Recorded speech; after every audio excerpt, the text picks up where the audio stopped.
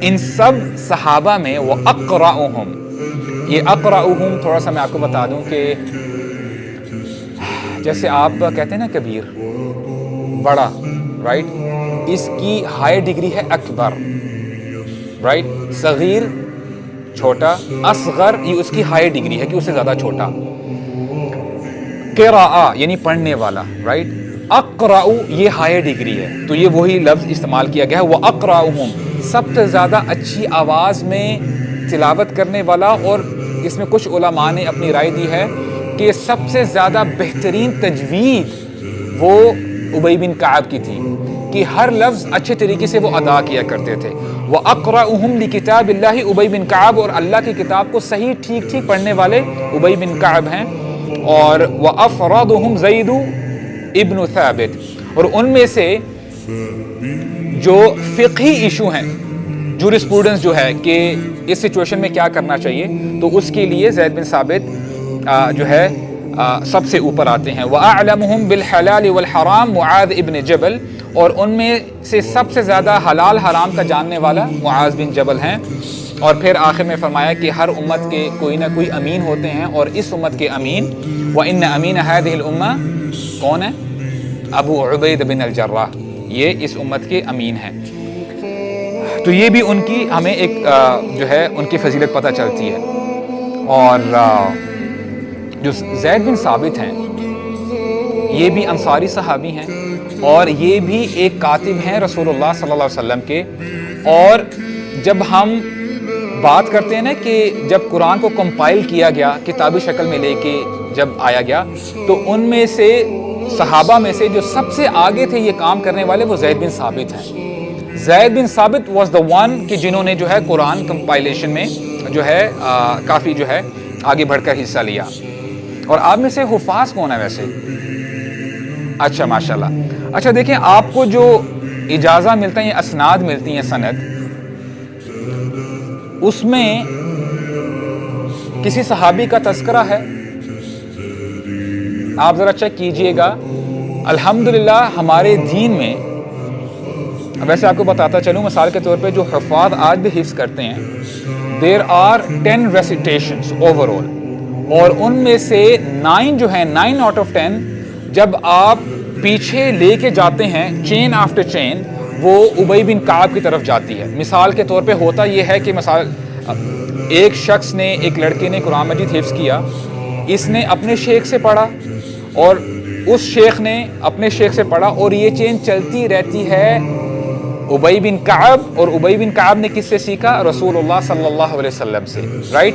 قرآن مجید کا بھی یہی طریقہ ہے اور احادیث کا بھی یہی طریقہ ہے، جو چین ہے وہ چین جاتی ہے، اور چین جاتی ہے رسول اللہ صلی اللہ علیہ وسلم تک۔ اور ہم جو مصحف پڑھتے ہیں جنرلی، آپ نے نوٹ کیا ہوگا اس میں لکھا ہوتا ہے عن حفص عن عاصم، کبھی آپ نے نوٹ نہیں کیا؟ عن حفص ہا فا صاد عن عاصم، کبھی آپ جا کے چیک کیجئے گا۔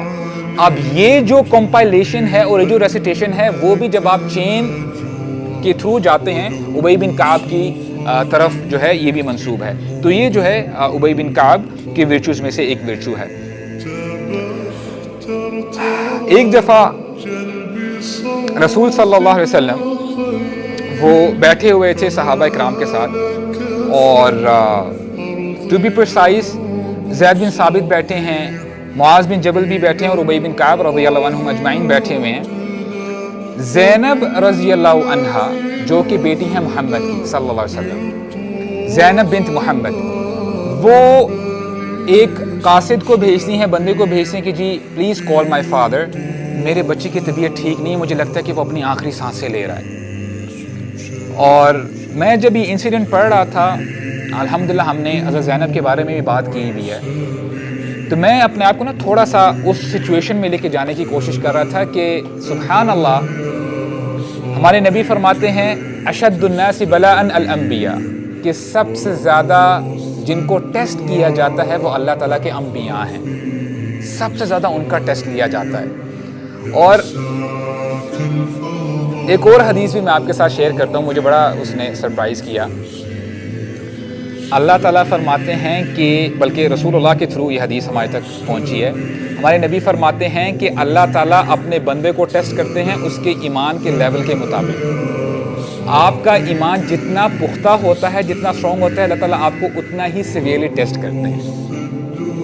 Question, why is it that so? ایسا کیوں ہوتا ہے؟ اس میں کیا وزڈم ہے جی؟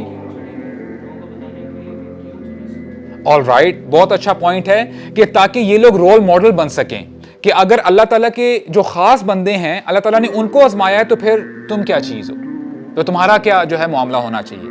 دیکھیں جنت کے کتنے لیولز ہیں؟ 100 درجات ہیں, رائٹ. ہر بندہ جنت الفردوس میں نہیں جائے گا. آپ جتنی محنت کرو گے اتنا ہی آپ کو اس کا پھل ملے گا. اب جو اللہ والے ہوتے ہیں اللہ تعالیٰ ان سے زیادہ محبت کرتے ہیں کیونکہ انہوں نے اللہ تعالیٰ سے سب سے زیادہ محبت کیا. والذین آمنوا اشد حبا للہ. اللہ تعالیٰ ان کے اوپر مصیبتیں زیادہ اس لیے لے کے آتے ہیں کیونکہ اللہ تعالیٰ جانتے ہیں کہ یہ میرا بندہ صبر کرے گا. اگر صبر کرے گا اس کو اس کا اجر ملے گا, اگر اجر ملے گا تو اس کا رینک اور اوپر ہوتا جائے گا. تو آپ مجھے بتائیں ایونچولی وہ چیز اس بندے کے لیے اچھی ثابت ہوگی کہ بری؟ اچھی ثابت ہوگی. It's all about the concept. اگر بندہ کاش کے بندہ سمجھ جائے, جب آپ کے اوپر مصیبت آتی ہے اور اگر آپ اس مصیبت پر صبر کرتے ہو تو اللہ تعالیٰ آپ کے گناہوں کو جھاڑ دیتے ہیں, ختم کر دیتے ہیں اور آپ کو نیکیاں عطا فرماتے ہیں. ایونچولی وہ آپ کے لیے بہتری ہوتی ہے. اب بندہ کتنا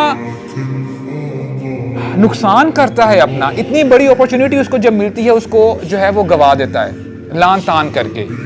میری بات آپ سمجھ رہے ہیں؟ تو یہ بندے کے لیے اچھا ہوتا ہے. تو اسی لیے اللہ تعالیٰ اپنے خاص بندوں کو زیادہ آزماتے ہیں. تو اب زینب رضی اللہ عنہا کی بات کی جائے.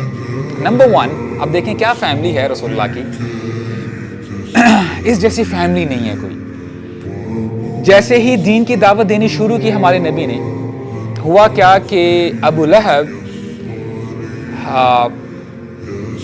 اس کے بیٹوں کے ساتھ انگیجمنٹ ہوئی تھی رسول اللہ کی بیٹیوں کی, right.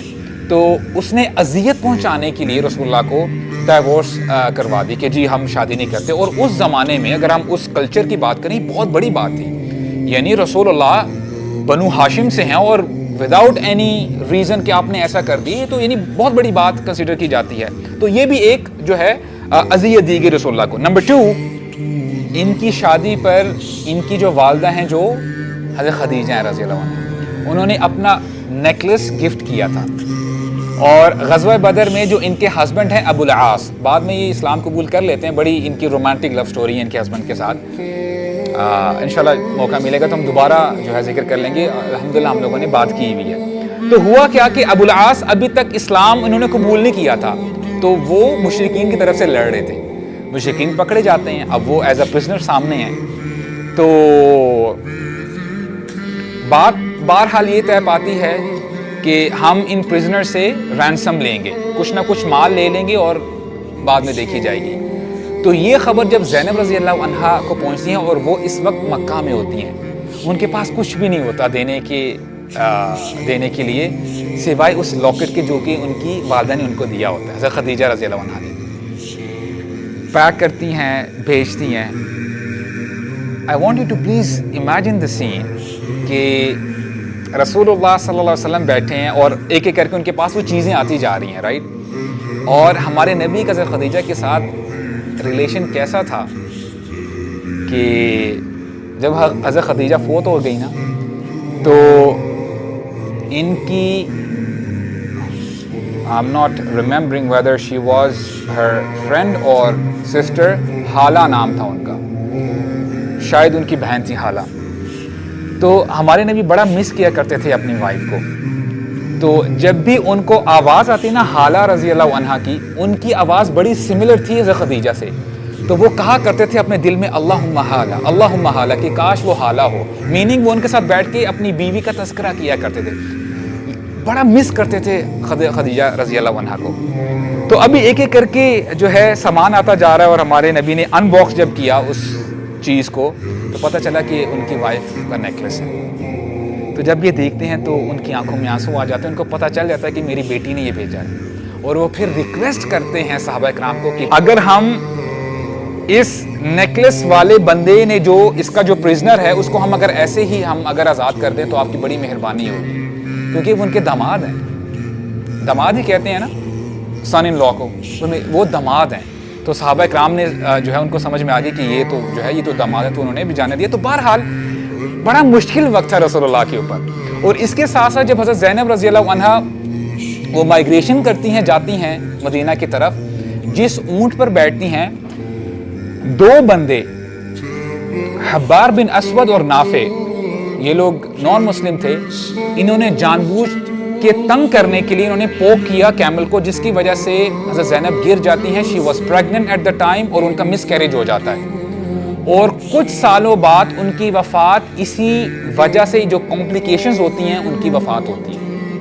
What I mean to say here is کہ بڑا مشکل وقت تھا رسول اللہ کے فیملی کے اوپر.